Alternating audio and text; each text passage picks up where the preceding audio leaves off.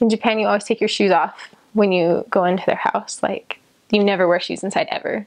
And so that was, I don't know, I grew up wearing shoes in the house. It wasn't a big deal, but like in Japan, you always take your shoes off. In the Genkon, they have like a little area and you put your shoes there. And so you never go inside with your shoes on.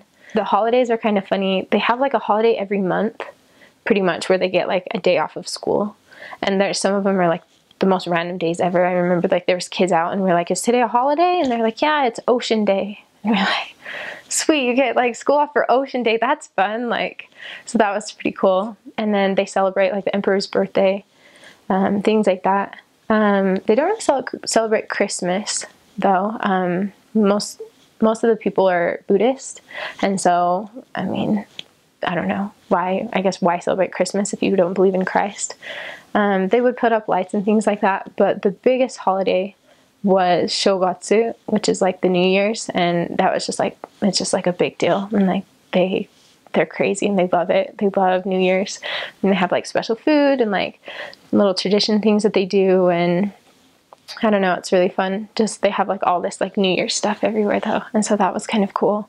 I came home bowing at everyone. I would like meet people and like bow a little bit and like things like that, and so I came back and like when I saw my parents, like I hugged them or whatever, but like I would like bow at people and I would like meet them and shake their hand and bow a little bit, and everyone thought that was kind of weird. And just like little things, when you like go past someone, you say like sumimasen and you kind of put your hand up and like kind of like bow and like do this thing.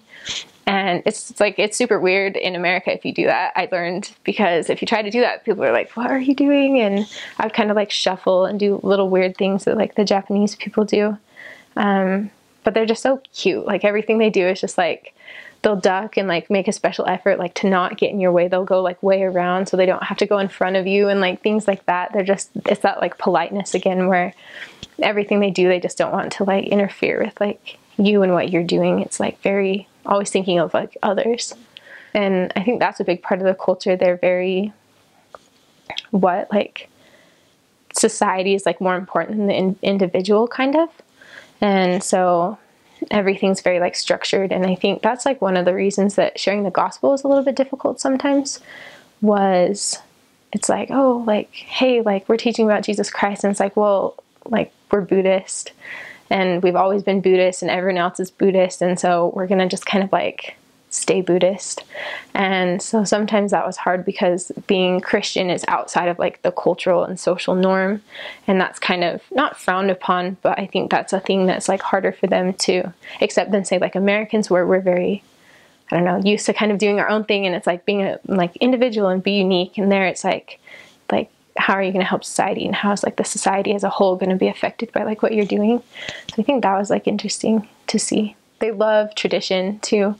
That was, I think, another kind of barrier to like the work. Is I think it was kind of interesting to see firsthand like what I imagine is like traditions of like their fathers. Like we're talking about like I don't know, in the Book of Mormon it always talks about that, like the traditions of their fathers and things like that, and how they were just hanging on to these things even though it wasn't necessarily the truth. And I think that's kind of how it was in Japan, where it's just like they have this like firm hold on like we're Buddhist and like we've always been Buddhist and we have these are our traditions and these are our beliefs and this is our culture. And so we're not going to stray from that, especially in the older generation. A lot of like the younger people are starting to be more open to more like Western things, which is like in some ways not a good thing, because some of like the Western influence isn't a good thing. But at the same time, it also like allows them to be a little more open to the gospel, which has been really like a blessing. Seeing the youth, there's really strong youth in a lot of the wards and branches in Japan right now.